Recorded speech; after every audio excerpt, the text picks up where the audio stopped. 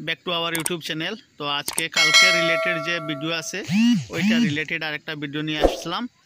আর কিভাবে পরিচর্যা নিতে হয়, কিভাবে পরিচর্যা নিলে ভালো হয়, সুপারি চারা কিভাবে করতে হয়, একদম ছোটো ছোটো চারা যদি থাকে তাহলে কি করলে আপনাদের সুবিধা হবে সে বিষয় নিয়ে একটু ডিসকাশন করতেছি। তো আশা করি এইভাবে যদি পরিচর্যা করো তো আপনাদের সুপারি চারার কিন্তু অনেক ভালো গ্রোথ আসবে। আর আমার সাথে থাকুন, আমি ব্যাক ক্যামেরা দিয়ে একটু ভালোভাবে বোঝানোর চেষ্টা করি, আর আশা করি আপনারা বুঝতে সক্ষম হবেন।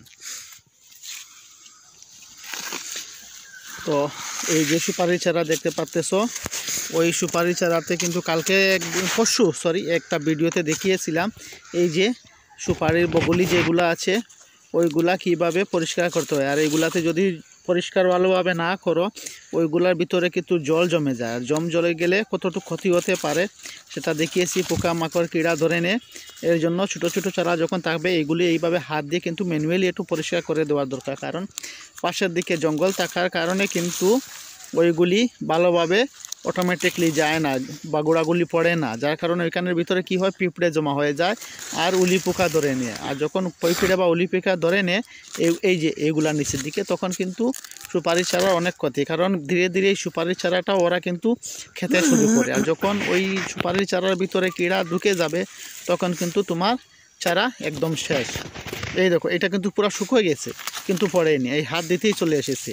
এইটাও কিন্তু শুকিয়ে গেছে, এটা কিন্তু হাত দিয়ে একটু টেনে ফেলে দিতে হয়। এই দেখো পুরো পরিষ্কার সাদা হয়ে গেছে, ওইগুলোতে কিন্তু পোকা জমে যায়। আর পোকা জমে যায় যদি, তাহলে তো আগের ভিডিওতে দেখিয়েছি যে কতটুকু খারাপ পরিণতি হতে পারে।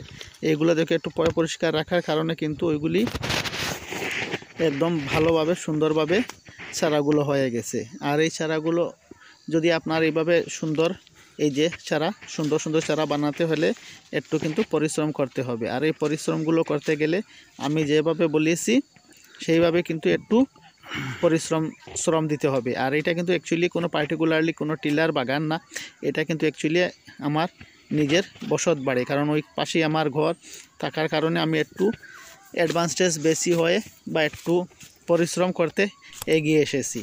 তো আশা করি এই ভিডিওতে আপনারা বুঝতে পারতেছেন যে আমি কি বলেছি। আর এটা আমাদের ঘরের জলের কুয়ো। So thank you for watching this video.